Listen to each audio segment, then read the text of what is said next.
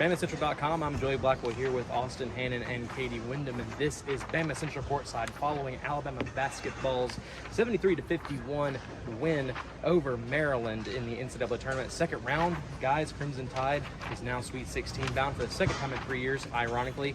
In 2021, they also beat Maryland in the second round to head to the Sweet 16. But guys, Austin, starting with you, let's talk about Brandon Miller. Obviously, he was dealing with a groin injury. He was held to 0 points and 5 rebounds in the Tide's first round game.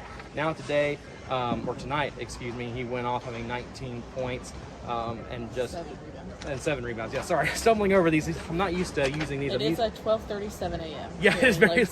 So. But 19 points for Brandon Miller. Oates talked about how well he responded. What were your takeaways from Brandon Miller's performance? Yeah, I just asked him in the locker room. He had a different spot. His locker changed, and I asked him right before they shut it down. Brandon, is there a reason they changed it? Was it because you scored 0? Like, did you need a change? Did you need to switch where you were sitting? Yeah. And he laughed. He was like, "Nah, I don't really know why they changed it, but it worked." That's kind of what I told him. I said, "It worked though, Brandon." He said, "Yeah." It wasn't great. He had 19 points. His shooting percentage wasn't. We've seen it at times this year, but he still had a huge impact on the game, as he always does. Which he even had a big impact on the game with his 0 points the other night. He just wasn't scoring the basketball. He always is good for 7-8 rebounds.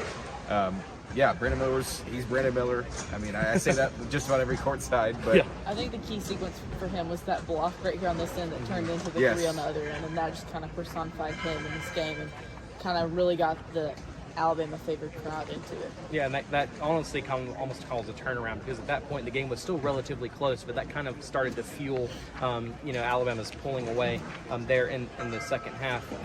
Okay, let's move on to you. Javon clearly led the team with 22 points. But it was Charles Bediako that had the double-double today. It was 5th of his career, 10 points and 10 rebounds.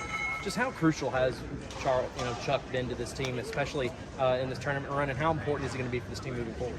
Yeah, I asked him in the locker room, what's kind of been different this postseason? Are you been enjoying it? He was like, yeah, I mean, I guess it has been a good postseason. His soft-spoken little Canadian accent. But he has really, I was just kind of crunching the numbers for a story I'm going to have come out in a few hours about his rebounding numbers in the postseason compared to the regular season.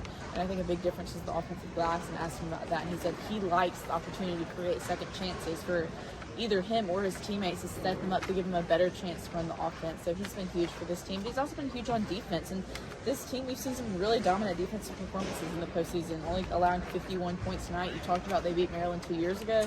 That game, they lit it up from 3. Tonight, JQ and Brandon were the only players to hit a 3-pointer, and they still won by, 22 points? 22 points, yeah. So it's once again showing that, Oates' big thing all year has been shots may not fall, but defense will make up for that, and it has, and defense could be the thing that leads this team to a championship. Up next for Alabama, they'll be taking on 5-seed San Diego State in Louisville on Friday. Tip-off time, NTV Network TBD. That will be announced probably tomorrow or sometime on Monday. But that'll about do it from an empty Legacy Arena that was just full of crimson and white. I am Joey Blackwell here with Austin Hannon and Katie Wyndham. This has been not three and out. I almost messed up again. This has been BamaCentral Courtside. Hopefully the next time we record these will be a lot less getting. It won't be quite as late in the evening. So we will see you guys in Louisville.